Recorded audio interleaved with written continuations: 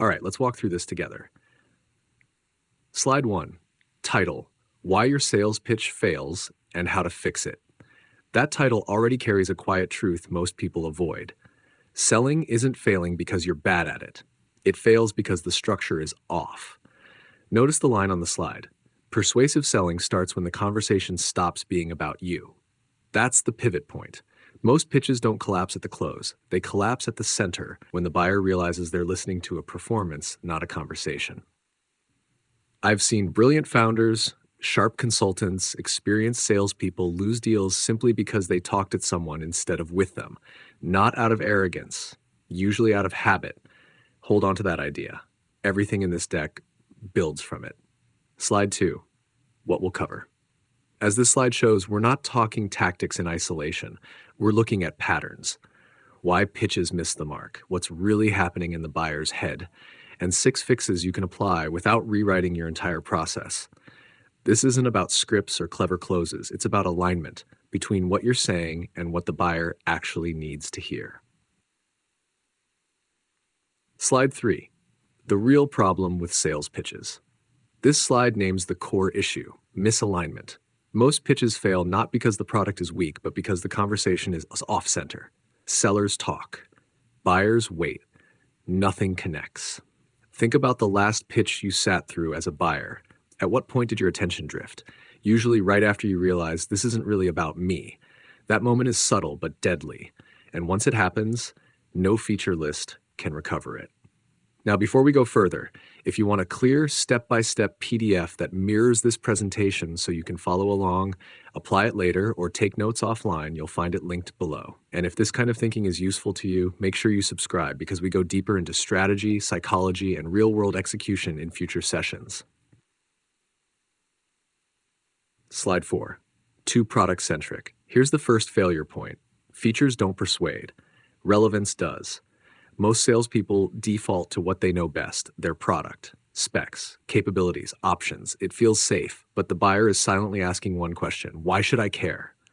Apple figured this out years ago. They rarely lead with components. They lead with experience, speed, simplicity, confidence. A CRM doesn't sell because it has dashboards. It sells because it gives a manager peace of mind at 9 p.m. on a Sunday. When you translate features into outcomes, time saved, risk reduced, clarity gained, attention changes, and so does trust. Slide 5, insufficient research. This slide hits harder than it looks. A generic pitch signals low effort and low respect, even if that wasn't your intention. Buyers can tell within minutes whether you've done your homework, referencing their market, their recent challenges, or even a single informed insight immediately separates you from competitors. Think of the challenger sale idea here. Insight beats enthusiasm. One well-researched observation can outperform 10 minutes of excitement because it tells the buyer, I see you. And in a crowded market, being seen is rare. Slide 6, poor listening. Notice how this slide almost contradicts what most people think selling is. Talking too much hides the real opportunity. Top performers don't dominate conversations, they shape them. They listen for what's not being said. Budget hesitation, internal politics, fear of change. I once watched a deal turn around because a salesperson paused and said, "It sounds like reliability matters more than price here." Am I reading that right? That single sentence reframed the entire conversation. Listening isn't passive, it's strategic, and it builds rapport faster than any clever line ever will. Slide 7, weak value proposition. This slide is about restraint. If everything is important, nothing is clear. Many pitches collapse under their own weight. Too many benefits, too many promises, too many angles. The buyer leaves confused, not convinced. Strong value propositions do one thing well. They focus, one core benefit, one primary problem solved, one reason to continue the conversation. Clarity reduces fatigue, and confidence grows when the message is simple enough to repeat. Slide 8, mishandled objections. This slide reframes objections in a useful way. Objections are not rejection. They're requests for reassurance. When someone pushes back, it usually means they're still engaged.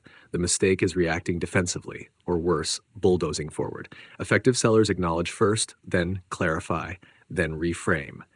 Help me understand what's behind that concern. That sentence alone can reopen stalled conversations. Objections aren't walls, they're doors that need the right handle. Slide 9. No clear next step. Momentum dies without direction. This is one of the most common, least discussed failures. The pitch ends and nothing happens. Buyers don't always move forward because they're waiting for permission. A clear next step removes friction. Let's schedule a demo next week. Can I send a short summary and 2 options? Small commitments feel safe, and follow-up signals professionalism, not pressure. Slide 10. What to apply immediately. This slide is where insight turns into action. Lead with the buyer's problem. Research before every pitch. Listen more than you speak. Sharpen one clear value message. End every conversation with direction. You don't need to fix everything at once. Fixing just one of these can noticeably change outcomes within weeks. Slide 11, reflection. This slide asks the quiet question most people avoid.